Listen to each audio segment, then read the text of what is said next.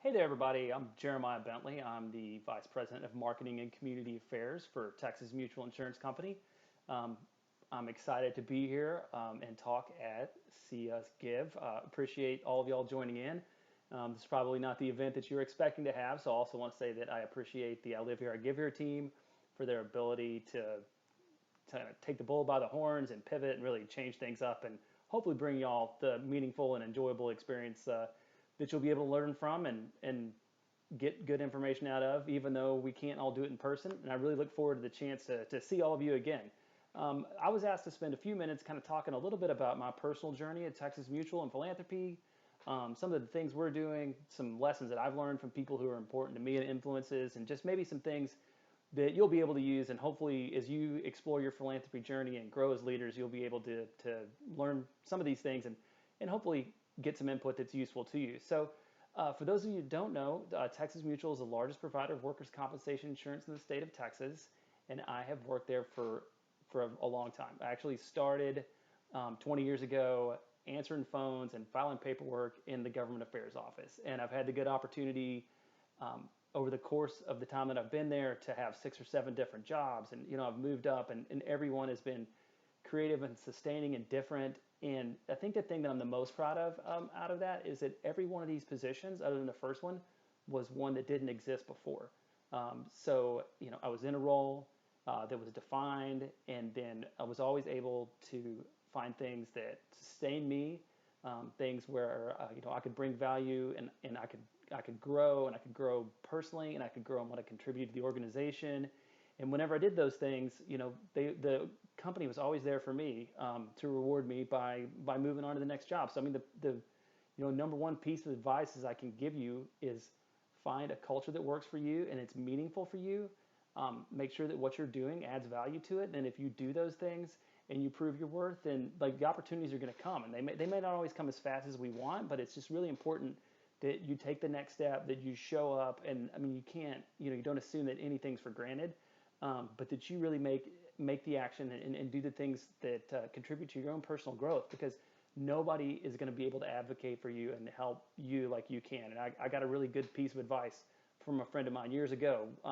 In when I wanted to be on the board of a nonprofit here in town and didn't know how to do it. And she said, well, have you told them? Like, have you asked them that? Because like they don't know what you want or don't want. And so I think that would be the number one thing that I would tell y'all is to make sure and take those steps and take those actions and advocate for yourself.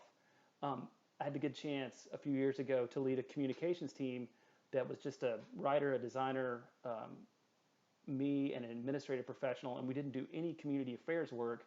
But I got involved with United Way through work and really understood like what that meant to me and how that sustained me and how I could make a positive contribution, and then also how that kind of work can make a positive contribution for the organization and lead to increasing the brand awareness and impression and value on Texas Mutual as a whole. And just through doing that sort of on my own on the side, we were able to build a whole community affairs and programming department. It's one of the things that I'm the most proud of, but it comes from taking initiative, and it comes from taking initiative, and it comes from showing up all the time and doing the little things, and doing those little things will always lead you to do the big things. Another piece of advice I would have is make sure that whatever you're doing in the community is something that is meaningful to you. So for me, I've had a lot of opportunities over the years to look at different things and try things out, and the ones that I've stuck with and put the time in and committed to are really the ones that were personally meaningful to me because of something in me or because of my upbringing or whatever that might be. On the professional side of things, I read a few years ago, I read a book called The One Thing by Gary Keller. And the idea on that is that you need to write down like what's your big end goal? What do you want to be? Do you want to be the CEO of a company? Do you want to change the world? Do you want to be a philanthropist or an entrepreneur? So you write that down, and then you need to figure out the way to execute on those things. So you look at, if this is where I want to be in 20 years, where do I need to be in 10? And where do I need to be in 5? And what do I need to do over the next year and the next month and the next week? And all the way down to when I set out my list of tasks for the day, the things that I prioritize are the things that are the most likely to lead to those big long range goals. And so it's like everybody has a goal, and I mean, and they're great, but really so much of this just comes down to execution and like the cumulative effect of executing over and over and over again, time after time. And so that's something for work that's worked a lot for me. And it's sometimes it's simple things like I spend a lot of time in this back room on Zoom calls right now. But there's always a few minutes in between meetings to connect with somebody, and that's so important right now when we live in a world where we're all disconnected, where we can't even be close together. So I just cannot stress the importance of like reaching out to somebody and sending them a text and checking in. And sometimes they get a good feeling and they get that sense of connection. But I mean, sometimes you can get real meaning out of it. I had the chance to do that a few weeks ago. I just checked in with a friend of mine who um, does advocacy work at one of the hospital groups in town, and just said, hey, hope things are going well for you and your team. Like, is there anything that can help out? And she said, we don't need anything big, but our nurses are doing a lot of work, and they're busy all the time, and they can't go anywhere, and they don't have time to eat. So if you guys could just send over lunch for a group of nurses, that would be super meaningful to us. And we did that this week, and we did it from a local restaurant that's close to where our office is. And so that was a connection in the community that we were able to both help a nonprofit, help a partner, and then also help a local business that's struggling too. And so I would really encourage you to never look past those opportunities, to make those connections and do those little things that work. So, you have to advocate for yourself. You need to ask for, if you want something, ask for it. Make sure it's something that's meaningful to you. I mean, and make sure it provides value both ways. So with a company or whoever you're working with, make sure that ask is something that also there's benefit in it for them.